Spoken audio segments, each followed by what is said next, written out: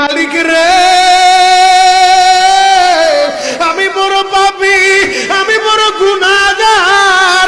ও দয়ার আল্লাহ, আমি 10 বছর তোমার গোলামি করি নাই, আমি 20 বছর গোলামি করি নাই।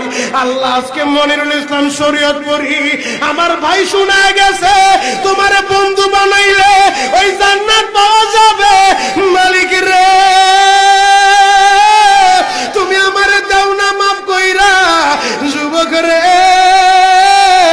যদি কেউ আল্লাহরে বন্ধু বানাইতে পারে তার কোনো আর চিন্তা নাই, তার চিন্তার কারণ নাই গো বাবা। এ যুবক ভাইরা, দাড়ি পাকা বাবাজিরা, সবাই আমার দিকে একটা নজর তাকান। এই যে দেখেন আমি হাতের ভিতরে আহারে টিস্যু দিয়া কাফনের মতো একটা দৃশ্য বানায় ফেললাম। এমন একটা কাপড় আপনার শরীরে একদিন উঠে যাবে, আমার শরীরেও একদিন উঠে যাবে। ও চেয়ারম্যান ভাইরা, ও মেম্বার ভাইরা, ও নেতা ভাইরা, ও আলেম ভাইরা, এখন কাঁদতে বলছি, শুধু কাঁদবা। জীবনে কত জায়গায় আমরা গোসল করলাম, আহারে কক্সেস বাজার ঘুরতে যাইয়া সমুদ্রের ভিতরে গোসল করলা, কুয়াকাটায় ঘুরতে যাইয়া সমুদ্রে গোসল করলা।